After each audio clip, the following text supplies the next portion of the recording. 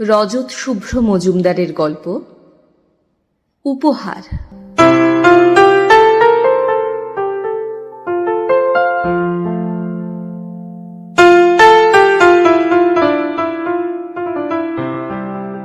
দিদি তোমায় ডাকছে। টুম্পার হাত ভর্তি কাঁচের চুড়িতে রিন রিন শব্দ হলো। বলো আসছি, নরম গলায় অনিমাদি বললেন। বৈঠকখানায় বসতে বলো। ভীষণ ব্যস্ত এখন অনিমাদি। একের পর এক প্যাকেটগুলো খুলছেন আর পরম মমতায় হাত বুলিয়ে উপহারগুলো সাজিয়ে রাখছেন নির্দিষ্ট জায়গায়। নির্দিষ্ট জায়গা বলতে একটা পুরনো আমলের চওড়া বেঞ্চি, মাঝারি সাইজের একখানা রংচটা টেবিল আর নোনা ধরা দেয়ালের তাকগুলো। শোকেস, আলমারি, ফ্রিজ, টেলিভিশন কিচ্ছু নেই এই বাড়িতে। শুধু দু ঘরে দুটো তক্তপোষ, রান্নার গ্যাস, কয়েকটা বেতের মোড়া, একটা রুগ্ন চেয়ার আর দৈনন্দিন ব্যবহার্য কিছু বাসনপত্র। ব্যাস, ওই দিয়েই দিব্যি কেটে যাচ্ছে দিনগুলো। টুম্পা প্রথম প্রথম অবাক হয়ে যেত। তুমি তো অনেক টাকা মাইনে পাও গো দিদি, তবে এইরকম ভাবে থাকো কেন? অনিমাদি বুঝতেন টুম্পার একটা টেলিভিশনের বড্ড প্রয়োজন, কিন্তু সেই প্রয়োজন বলা বাহুল্য আজও তিনি মেটাতে পারেননি। একটা পাতলা কাগজের মোড়ক খুলতেই বেরিয়ে এলো সঞ্চয়িতা। যে পাতাটায় লেখা আছে, সঞ্চয়িতার কবিতাগুলি সংকলনের ভার আমি নিজে নিয়েছি। সে পাতাতেই ওপরের দিকের সাদা অংশে লেখা, প্রিয় অনিমাদিকে নবম শ্রেণীর ছাত্রীরা। অনিমাদির মনে পড়ে গেল একদিন ক্লাস 6-এর ইতিহাস ক্লাস নিয়ে সিঁড়ি ভেঙে নিচে নেমে আসার সময় এই 9-এরই 2-3টে মেয়েকে ফিসফিস করতে শুনেছিলেন, জানিস অনিমাদির দুটো বিয়ে? সত্যি? হ্যারি, যা, তাই আবার হয় নাকি? শোন না, যে স্যারের কাছে টিউশন পড়ি আমি, ওই ষষ্ঠীতলার কমলের স্যার, উনিই বলেছেন। গলা নামিয়ে বলেছিল মেয়েটা, বলিস না যেন কাউকে, দুটো বিয়ের একটাও টেকেনি ম্যামের। যা বলেছিস, ওই জন্যই তো ম্যাম এমন খেপি টাইপ। নীলপার সাদা শাড়ির খসখস শব্দ শুনেছিলেন অনিমাদি। সেদিন অনিমাদির মন খারাপ হয়নি একটুও। যেটা সত্যি সেটা হজম করার মতো ক্ষমতা তাঁর আছে, বরং নিজেকেই তিনি দোষারোপ করেন সঠিক সময় সঠিক সিদ্ধান্ত নিতে না পারার জন্য। কিন্তু আজ তো আর কিছু করার নেই, ভেতরে ভেতরে গুমড়ে মরা ছাড়া। অনিমাদি সঞ্চয়িতার পাতা খুলে বিড়বিড় করে উচ্চারণ করেন, বুক ফেটে কেন অশ্রু পড়ে, তবুও কি বুঝিতে পারো না, তর্কেতে বুঝিবে তাকে, এই মুছিলাম আখি, এ শুধু চোখের জল, এ নহে ভর্ৎসনা। সঞ্চয়িতার পাতা বন্ধ করে অনিমাদি ধীর পায়ে বৈঠকখানার ঘরে এলেন। টুম্পা ততক্ষণে জলের গ্লাস এগিয়ে দিয়েছে অতিথিকে। অনিমাদি ঘরে ঢুকতেই চেয়ার ছেড়ে উঠে দাঁড়ালেন ভদ্রলোক। নমস্কার করে বললেন, চিনতে পারছেন ম্যাডাম? যদি ভুল না করি শুকতারা স্বেচ্ছাসেবী সংস্থা থেকে এসেছেন। অনিমাদি প্রতি নমস্কার করলেন। হ্যাঁ ম্যাডাম, আপনার অবসরের দিনে আমাদের সংস্থার পক্ষ থেকে এই সামান্য উপহারটুকু দিতে আসা। ঘরের এক কোণে নামানো একটা প্রমাণ সাইজের রেফ্রিজারেটরের দিকে আঙুল দেখিয়ে ভদ্রলোক দেতো হাসলেন। এসবের কি আদৌ কোনো প্রয়োজন ছিল? অনিমাদির গলায় সংকোচের চিহ্ন স্পষ্ট। ভদ্রলোক স্মরণ করিয়ে দিলেন, অনিমাদি না থাকলে ওদের সংস্থা শহরের বুকে সততার সঙ্গে দীর্ঘ 20 বছর ধরে একটা অনাথ আশ্রম চালাতে পারত না কিছুতেই। ওই অনাথ আশ্রমেই গত 20 বছর ধরে প্রতি মাসের বেতনের 50% টাকা অনিমাদি দান করে এসেছেন। এক মাসও তার ব্যতিক্রম হয়নি। ভদ্রলোক চলে যেতেই অনিমাদি আবার এ ঘরে এসে জিনিসপত্র গুছোতে লাগলেন।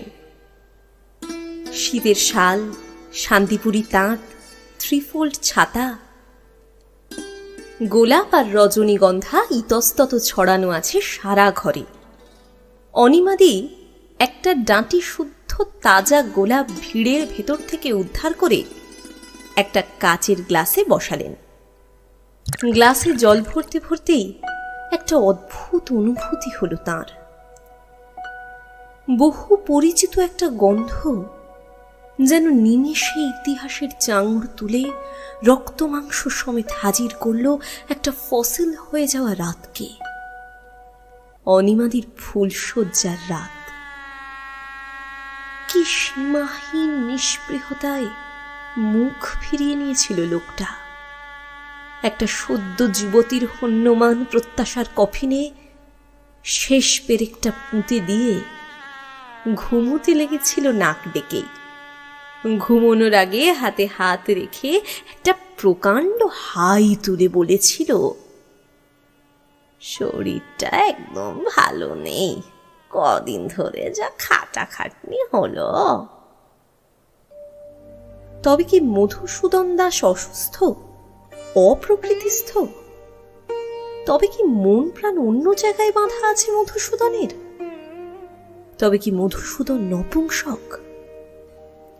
অজস্র জিজ্ঞাসার কাঁটায় বিদ্ধ হয়ে গোলাপ আর রজনীগন্ধার বিছানায় ভোরবেলা চোখের পাতা বুজে এসেছিল অনিমাদির। যখন ঘুম ভাঙল তখন থেকেই লোকটা তার কুনজরে পড়ে গেল। মধুসূদন দাস কিন্তু খারাপ লোক ছিল না মোটেও। গেরস্ত ঘরের সম্পন্ন চাষির ছেলে দেখেই অনিমাদির বাবা পাত্রস্থ করেছিলেন মেয়েকে। গোলা ভরা ধান, হৃষ্টপুষ্ট খামার বাড়ি, পুকুরঘাট, আমবাগান, কি ছিল না মধুসূদনের? গ্রামগঞ্জের টিপিক্যাল চাষাভুষো মধুসূদন গ্র্যাজুয়েশন কমপ্লিট করতে পারেনি হাজার চেষ্টা করেও। তাতে অবশ্যই তার কিছু ক্ষতিবৃদ্ধি হয়নি। জমি জায়গা দেখাশোনা, রাখাল বাগালের তদারকি, পায়ের উপর পা তুলে এইসব করতে করতে সময় কেটে যেত।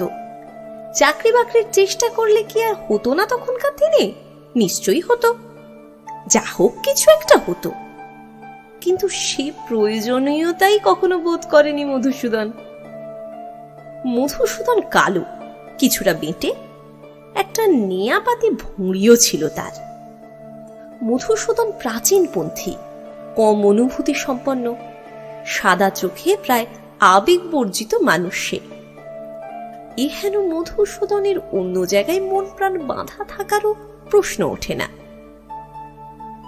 মধুসূদন যে যথেষ্ট বীর্যবান পুরুষ অনিমাদি 6 মাসের দাম্পত্য জীবনে সে সত্য বেশ কয়েকবার টের পেয়েছিলেন।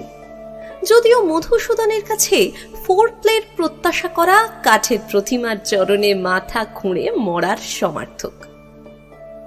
অনিমাদি আবার এই জিনিসটাই সব থেকে বেশি প্রত্যাশা করতেন। তবে এই প্রত্যাশা তার ফুলসজ্জার রাত থেকেই বিষ নজরে পড়া তথাকথিত স্বামী মধুসূদনের কাছে ছিল না। ছিল কিশোরী বেলা থেকে আর 5টা মেয়ের মতো মনের গহনে তিল তিল করে গড়ে তোলা এক বিমূর্ত স্বামীর কাছে।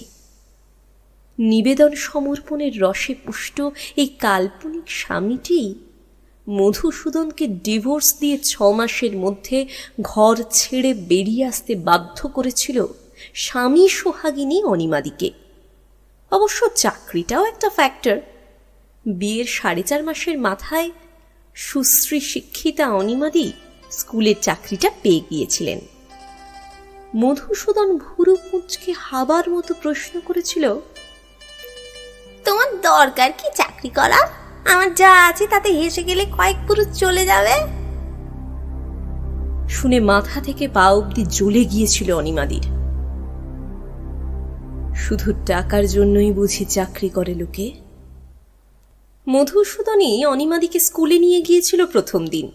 দাঁড়িয়েছিল গেটের বাইরে ফুচকাওয়ালার পাশে। অনিমাদি তাকে ভেতরে নিয়ে যাননি।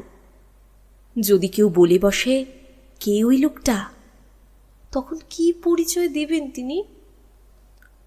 জয়নিং রিপোর্টে সিগনেচার করে অনিমাদি বাইরে এসে হাত উস্কে ইশারা করলে তবে মধুসূদন বাড়ি ফিরেছিল সেদিন। এই তো কদিন আগের কথা। আর আজ বিসর্জনের ঘণ্টাটা কেমন ঢং ঢং করে বেজে উঠল 4:29:59।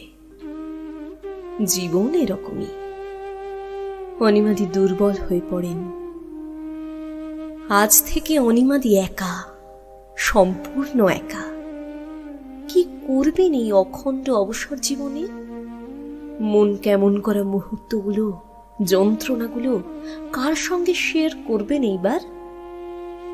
মধুসূদনের জীবন থেকে বেরিয়ে এসে যে ওভার স্মার্ট শহুরে লোকটাকে জীবন সঙ্গী বেছে নিয়েছিলেন, তার ভেতরটা তো ছিল মাকে ভরা। কি পেয়েছিলেন তার কাছে অনিমাদি? যে অনিমাদি মধুসূদনকে বলেছিলেন, সিগারেট না খেলে আবার পুরুষ মানুষ হয় নাকি? সেই অনিমাদিকেই সেকেন্ড হাজবেন্ডের মাত্রাতিরিক্ত মদ আর মেয়ে মানুষের দোষে একদিন রাত বিরেতে পালিয়ে আসতে হয়েছিল বিধবা আঙুরওয়ালার একের এক রাধারমণ দত্ত লেনের এক কুঠুরি বাড়িটার ঘিঞ্জি বারান্দায়। স্কুলের সুইপার ছাড়া আর কেউই আশ্রয় দিতে চায়নি তাকে। মধুসূদনকে অনিমাদি সেদিনই প্রথম মিস করেছিলেন, যেদিন খবর পেলেন গ্রামেরই এক ভদ্র মহিলাকে বিয়ে করেছে সে। বুকের ভেতর কেমন একটা চিনচিনে ব্যথা অনুভব করেছিলেন। ততদিনে স্কুলের কাছাকাছি জায়গা কিনে হাউস বিল্ডিং লোনের টাকায় কোনো রকমে এই মাথা গোঁজার ঠাঁইটা বানিয়ে ফেলেছেন অনিমাদি।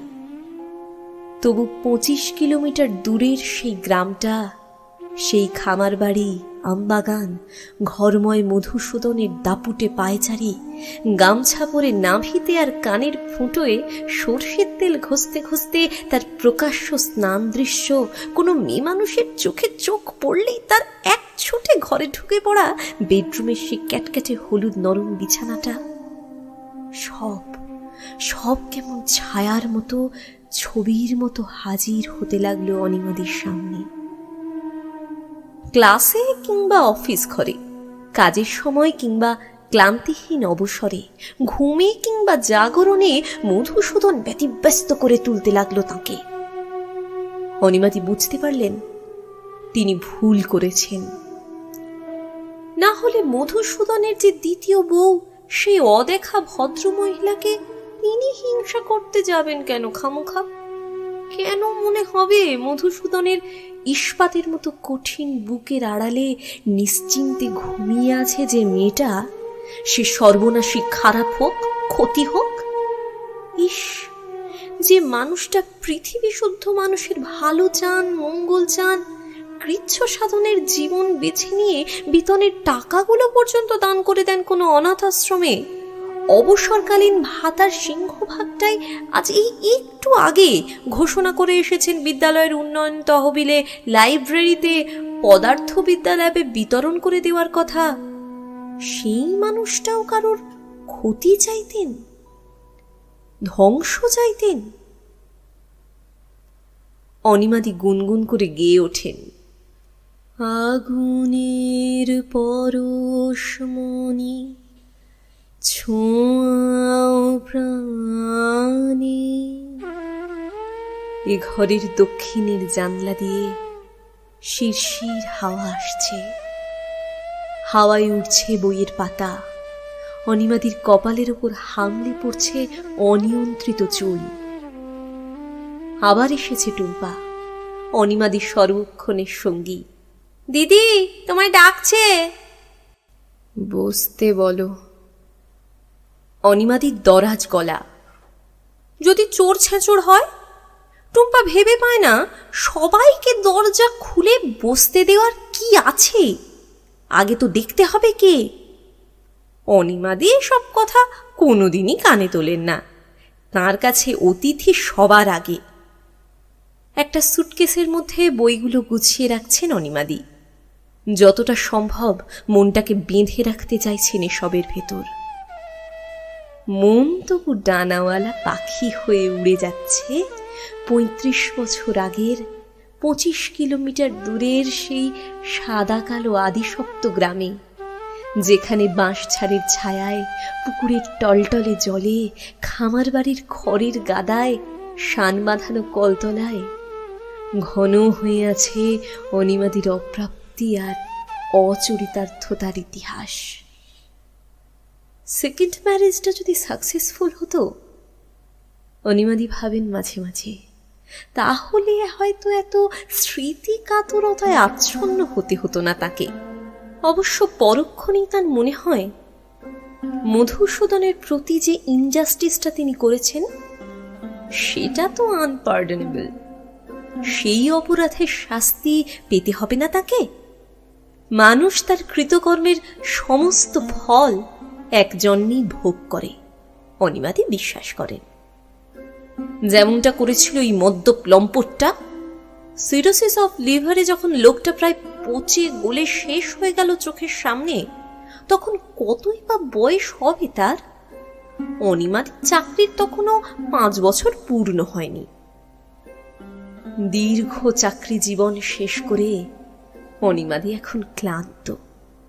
অপরাধবোধ তাকে আরো বয়স্ক করে দিয়েছে। মধুসূদনের বউ মরার খবরটা যেদিন পেয়েছিলেন, অপরাধবোধটা সেদিন থেকে আরো চাঙ্গা হয়ে উঠেছে। তবে কি আমার অভিশাপে মেয়েটা? সে বেচারির তো কোনো দোষ ছিল না। কেন তবে অনিমাদি ক্ষতি চাইতেন তার?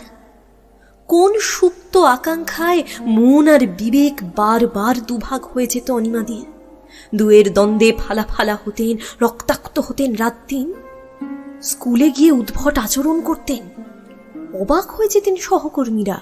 ছাত্রীরা বলতো খেপি ম্যাম, পাগলি দাশু, আরো কত কি। দামি রিস্টওয়াচটা বাক্স থেকে বের করে হাতে গলালেন অনিমাদি। ইস, ভারী সুন্দর তো ঘড়িটা। যে ঘড়িটা পরে তিনি আজ অব্দি স্কুল করেছেন সেটা একটা খুব সাধারণ ঘড়ি, মাঝে মাঝে বিগড়ে যায়, দোকানে দিয়ে সারিয়ে নিতে হয় ঘন ঘন।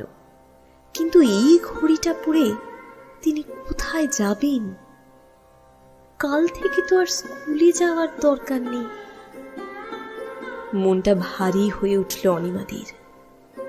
পরক্ষণেই তার মনে হলো এই ঘড়িটাই তো তাকে অবসর জীবনের প্রতিটা মুহূর্তের হিসেব দেবে। অনন্ত অখণ্ড অবসরে অনিমাদি যখন হাঁপিয়ে উঠবেন একাকিত্বে, নিঃসঙ্গতায়, এই ঘড়িটাই তো তখন সান্ত্বনা দেবে। আর কয়েক ঘন্টা পর দিন শেষ হবে, আরো কয়েক ঘন্টা পর রাত শেষ হয়ে আরেকটা দিন আসবে, তারপর সেটাও শেষ হয়ে মাস ফুরবে, বছর ঘুরবে। এইভাবে আস্তে আস্তে একদিন সমস্ত অপেক্ষা শেষ হয়ে মুক্তি মিলবে অনিমাদির। অন্যমনস্ক অনিমাদির হঠাৎ মনে পড়ে গেল টুম্পা অনেকক্ষণ বলে গিয়েছে কি অপেক্ষা করছেন ও ঘরে।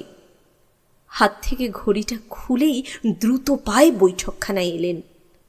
শাড়ির আঁচলটা ঠিক করতে করতে বিস্ময়াভূত চোখে লক্ষ্য করলেন